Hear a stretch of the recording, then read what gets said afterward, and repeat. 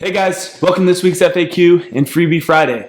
Now before we begin, if you're new to our channel, these videos are all about answering your health-related questions. So how they work is, if you have a question concerning your health, something regarding nutrition, diet, herbalism, Chinese medicine, or really anything related to health and wellness, and you would like our help in answering your questions, all you have to do is leave those questions in the comment section below, and we'll be answering those based on popularity, the questions that we feel are most beneficial to the group as a whole, and of course the questions that we are capable of answering. And something else really great about these videos is that every week from that comment section, we select one lucky person to win a free bag of tonic herbs or medicinal mushrooms. So even if you don't have a health question for us this week, but you're interested in winning some free herbs or mushrooms, all you have to do to be entered to win is make sure you subscribe to the YouTube channel if you haven't yet already, give this video a thumbs up, and then just drop any comment in the comment section below. And with all that being said, let's get to this week's questions.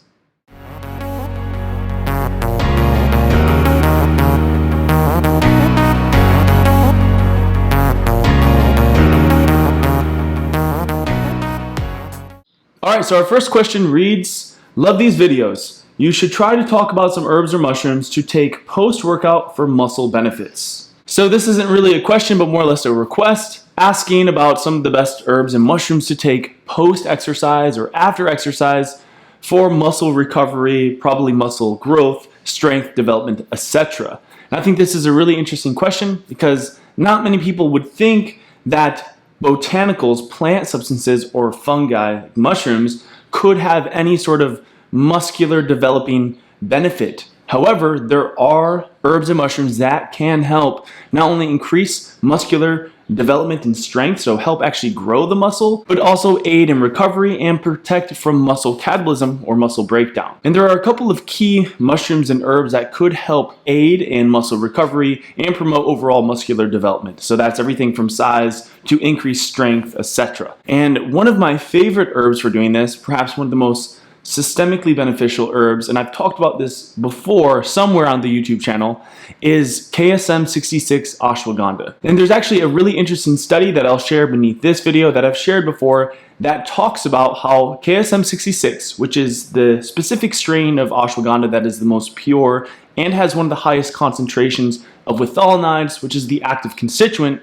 and how it can promote overall muscular development. So everything from increasing strength, physical performance, the size of the muscle, and even improve recovery. So the study actually goes in and measures a bunch of parameters and biomarkers and even puts men, human beings, to test to see how they perform in the gym with certain exercises like a bench press, a leg press, bicep curls, very simple, straightforward functional movements on ashwagandha compared to people that don't take it. And basically what they find is that the people that take ashwagandha have improved parameters across the board. Not only do they perform better, they have greater endurance, they have greater strength on certain exercises. So if they're doing a bench press, they're bench pressing more than the person that's not on it.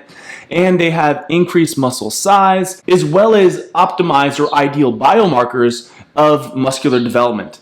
So one of the key things that you want, hormonally speaking, if you're looking to put on muscle, is high levels of testosterone. Testosterone will help to build muscle. It's an androgen hormone.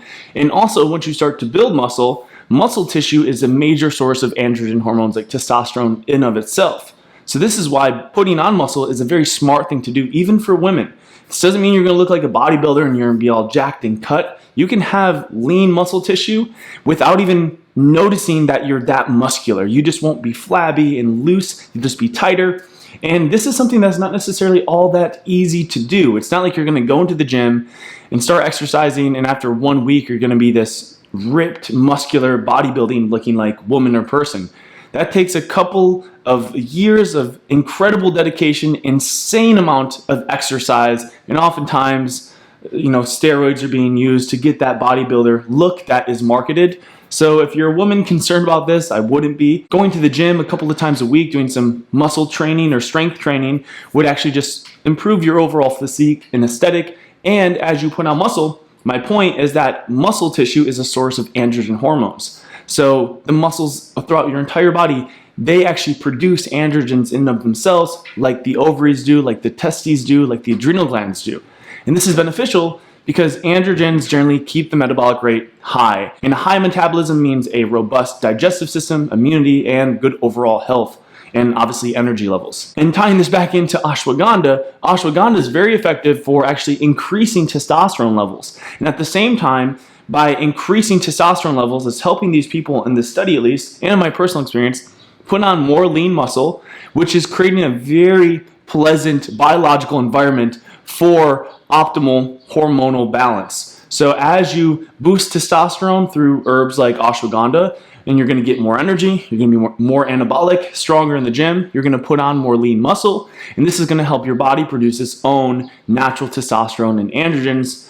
On top of looking better, you're going to be more functional, you're going to be more mobile. So there's lots of benefits to this, but ultimately I'm coming back to the basic idea that ashwagandha, the KSM-66 version, is an incredible herb for anybody looking to increase their overall appearance, their physical physique or aesthetic, and specifically building lean, healthy muscle. Moving along and starting off with ashwagandha again, any herb that's going to help to lower cortisol is going to be a very good herb for anybody looking to build muscle. And this is because cortisol, as I say so often in these videos, is the basic catabolistic hormone. It breaks down your muscle tissue and converts it into sugar through a process known as gluconeogenesis when the body is either too stressed, sugar deprived, or usually calorie deprived, or if you're in a hypometabolic state.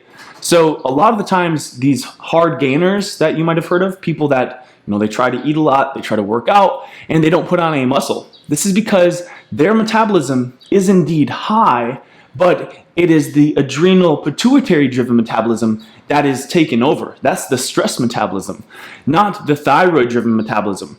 So a lot of the times the people that are hard gainers, you can still be lean and think, well, I have a fast metabolism, I can eat anything I want and I don't gain weight, but you're probably also not gaining muscle either. Not to mention that the metabolism that is driving this sort of, inability to gain weight, which is perceived as a good thing sometimes, is also the stress metabolism that is implicated in every pathological disease you could think of. So not everybody that has a fast metabolism is somebody with a healthy thyroid-driven metabolism.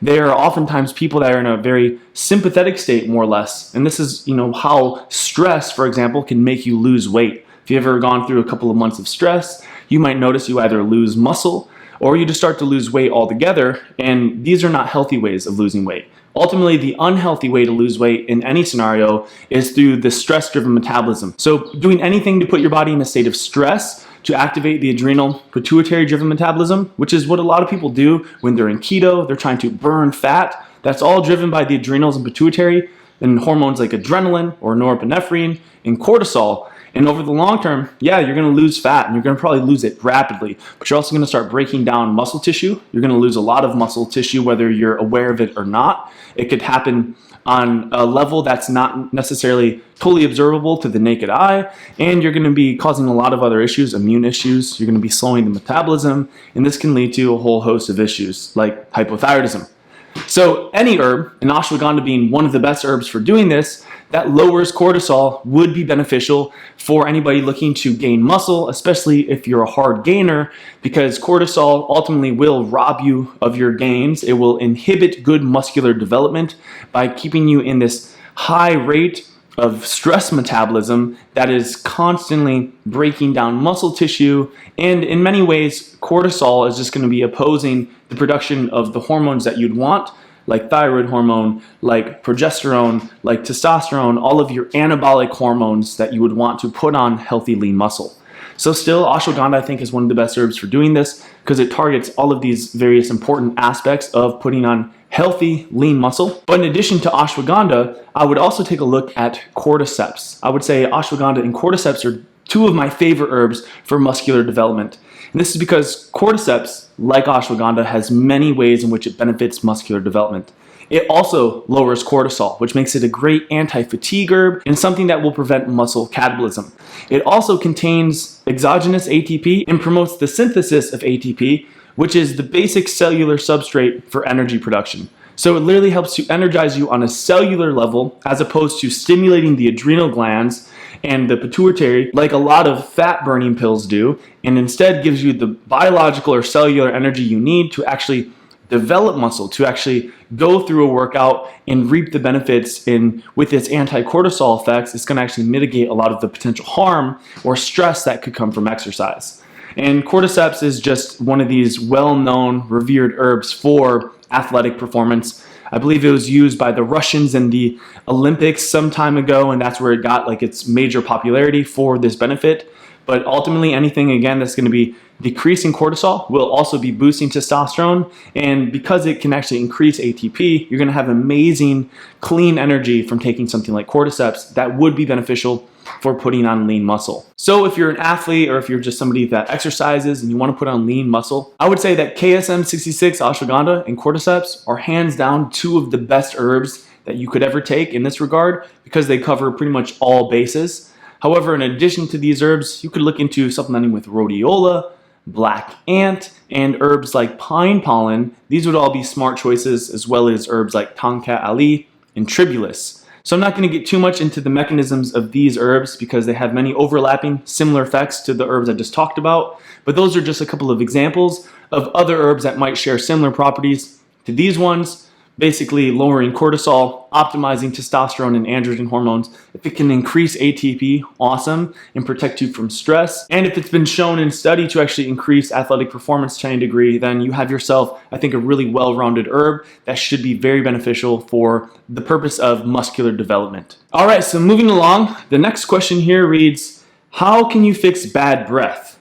Is it natural to have very good smelling breath? So this is an interesting question. I've decided to choose this one because I actually have an interesting piece of advice that I got from a mentor before that I'm just remembering for whatever reason. And I also have some practical advice. So to first answer the question, is it natural to have really good smelling breath? I think I see where you're coming from. I don't think it's natural to be taking things like mouthwash and all these super flavor enhanced and even naturally flavorly enhanced mouthwashes and paste and stuff and be putting in your mouth, because again, that's just not necessarily something you do if you were living out in the wild per se. So I think I would agree with you and say that no, it's probably not natural to have this incredibly good smelling breath. But looking at body odor as a whole, I don't think any part of our body should really be smelling overly fragrant and very wonderful and rosy, but it shouldn't smell bad and off-putting. So I think the best way to look at the scent of the breath, as well as body odor overall, is that it should be somewhat neutral. So it shouldn't be off-putting at all. It shouldn't be overly fragrant, because that's obviously indicating you're using some sort of exogenous substance. But you can certainly use natural substances. You can chew on spearmint or peppermint leaf, right? And you can get this natural scent going in your mouth of mint, right? But the reason that people have bad breath or bad odor usually is because there's some form of bacteria, some odor-causing bacteria, and they're metabolizing waste products somewhere in the mouth, or in this case, somewhere in the body, and their excretions are basically sulfuric gas. So the smell of rotten eggs is basically from sulfuric gas that gets into the air, and there's certain odor-causing bacteria, particularly in the mouth, that can put off these gases and give you bad breath. So this tells us that there's a couple of things probably going on. In the mouth, there could just be something as simple as left behind food. So this is one of the major reasons people are told to floss, to brush. If genetically your teeth are set up where you have bigger crevices and food gets lodged in there, and then you let that sit there for a couple of hours, then bacteria are going to come in there and they're going to start to eat it up. Bacteria are sort of like garbage men. So they're helpful. So the way to really get rid of them is think of it like a house that's infested with termites or ants. You don't try to kill all the ants. You don't try to go in and exterminate it. You could, but if you don't get rid of the food source, they'll keep coming back. Right? This is why a lot of anti-parasitical herbs, antifungals, antimicrobials, antibacterials don't work on the long term, because you go in there and you throw a bomb in, kills everything, but if you never remove the food source, they'll keep coming back. So in the case of bad breath, it could be something as simple as left behind food residue in the mouth after eating, the type of food you might be eating. For example, if you're eating grains and a lot of starchy foods, those can sit in the mouth a lot longer and they have a lot more fermentable fibers. So they tend to ferment. So if you're eating a lot of starches or, again, wheat products, bread products, and it's sitting in your mouth, that could definitely ferment, and that could put off a foul-smelling odor. So it could be the things that you're eating. So I'd recommend probably avoiding, not just for bad breath, but good overall health, any wheat-based, grain-based starches. So this includes breads, pastas, and all the stuff made with wheat, spelt, barley, rye, oats, etc. Also, try to minimize your consumption of legumes, so beans, corn. These things also ferment incredibly in the mouth and in the gut, and this can definitely put off a foul-smelling odor on top of causing inflammation and gut irritation. So in terms of diet, removing those things could be helpful and sticking to more fresh, ripe fruits, a moderate amount of animal products, dairy, more natural, wholesome diet, but removing these fermentable grains could be one simple place to start. And obviously the most basic, as you probably already know, just make sure after you eat, clean your mouth out. I would highly recommend getting a water pick if you don't have one. I've been using a water pick for a few years. Basically, you pour water in it. There's a little hose and a nozzle, and it sprays water like a jet stream in throughout your mouth. So it gets everything a lot more efficiently than floss or hand floss. So these things are great, and they're really fast. So after eating, I just go and I use my water pick to clean out any residue in my mouth. I think that's a simple place to start. But getting into the more interesting point of view that I heard from my mentor before, which is more from a metaphysical perspective. So you're either going to think it's incredibly interesting and helpful or just complete folklore. So his perspective, he's very metaphysical, and his perspective of bad breath is that, and this is if the case is that it's chronic and there's no practical reason for this. So if you are taking care of your mouth, you're cleaning it out, you're water picking, you're eating a generally easy to digest diet with no fermentable fibers and grains. You could also try oil pulling. That'd be a good idea to kill all of the bacteria throughout every crevice of your mouth. If you're doing all these things and you still have bad breath, it could be, of course, an underlying bacterial issue that you might have to handle with antibiotic foods like mushrooms and carrots, or even a round of antibiotics if necessary. So even if you're doing those things, but the chronic bad breath persists, then here's one really interesting perspective. And you could just pay attention to it and see if it's something that actually applies to you or if it's just crazy. But he says that people that start to actually get foul body odor in general, that from like a natural perspective, keep in mind he's also a farmer. When an animal in the wild or even a farm animal feels threatened by any degree and it goes into a state of fear, the hormones secreted by the adrenal glands in fear can actually cause your body odor to become sour. And it can actually cause bad breath as well. And this is because during this state of stress, the adrenal stress hormones, they change the pheromones in the body. So all of your sweat ducts, so under your arms, every place where you sweat and even in your mouth, these things start to alter and you put off a more foul smelling odor. And it's almost similar to the mechanism of that of a skunk, where when it's in fear, if it feels threatened, it puts off this bad odor to keep that person or the predator away. So he's basically suggesting that on a micro level, when people have chronic bad body odor, they're at the very least in a state of stress. And the stress hormones in the circulating through the bloodstream chronically are causing this change of pheromones and putting off this bad odor. So it could just be that you're chronically stressed out. But there could be tons of factors. It could be a bacterial thing causing the stimulation of the adrenal glands. It could be your diet. It could also just be that you're in a state of psychological stress where you always feel threatened, you're always worried and concerned. And the idea is that, from his perspective at least, is if you're feeling this way, if you're having, let's say, really bad thoughts all the time, if you're angry with somebody and you go into this state of psychological stress, then maybe it creates a bad odor. And the idea is that, on a more philosophical level, that the truth can never be hidden, right? Like, let's say you're thinking bad thoughts about somebody all day long, but you're never saying it. And these sour, awful thoughts are building up and it's coming off of your breath, right? Off of your tongue. So again, this is more of a philosophical, metaphysical point of view, but the physiology makes sense too. Even if you're not in this state of chronic stress, even if you're not feeling inferior or threatened, or if you're having bad thoughts about somebody and it's coming off as, instead of bad words, saying mean things, it's coming off of as a sour breath, a sour scent, then at the very least, it's possible that you're at least in a state of stress, that there's a lot of stress hormones circulating through your body that's negatively affecting the pheromones in the glands in your body. But again, it could also just be something as simple as bacterial. Keep in mind your mouth, from a more practical perspective, is connected to your digestive system. It's part of the digestive system. It's the first physical part of the digestive system.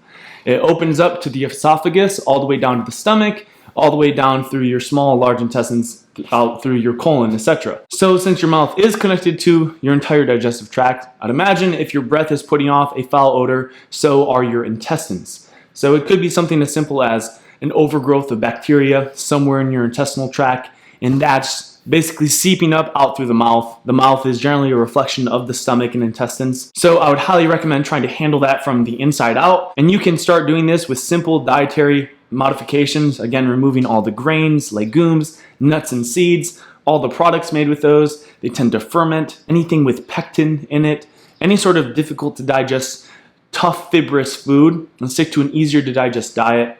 If you haven't yet, definitely check out our Perfect Digestion course, or really any of our online courses. The dietary recommendations in all these courses will give you a really good foundation and something to start with. And from there, you can play around to your taste, your preferences, etc. But following those dietary principles will give you a very clean, easy to digest diet that's going to be removing all of the major culprits of bad digestive health and bad health, and give you, again, a really good foundational diet that will start to improve a lot of people's symptoms right away usually. So definitely check out the Perfect Digestion course because it's likely, again, related to the digestive tract. If it's a bacterial issue, getting back to the beginning, just keep the mouth clean, of course, the most basic. Try oil pulling every day. The caprylic acid in coconut oil will kill all the bacteria in the mouth, but that's going to be more of a remedy, not a long-term solution. It's not going to correct the cause, but it'll be very helpful to do. And then from there, I definitely check out the Perfect Digestion course to get a basic starting point, a foundational diet for correcting any sort of digestive irritation, any pathogens in the gut. We have tons of tips in that course for natural antibiotics, etc. And if you want to entertain the idea that it's because you're in a state of chronic mental and emotional stress, maybe just pay attention to your own body. And if there's certain people you're around or certain environments you're around, and you notice that you feel more tense in your body, maybe you can like go in the bathroom and check your breath and see if there's a pattern. It's possible that your breath isn't bad all of the time, but it becomes triggered frequently. So if you can pay attention to your own body and start to see if there's certain events or environments or situations that trigger it, you might start to see a pattern where, oh, it's times where I feel stressed out. And that might give you an approach to correcting it from the root cause and start to modify your lifestyle as a whole. All right, guys, that brings this week's FAQ and Freebie Friday to a close. If you've enjoyed it and found it helpful, or at least interesting, be sure to give it a thumbs up. Subscribe to the YouTube channel if you haven't yet already. And remember, if you're interested in winning some herbs or mushrooms, all you have to do is follow those cues, like the video, hit subscribe,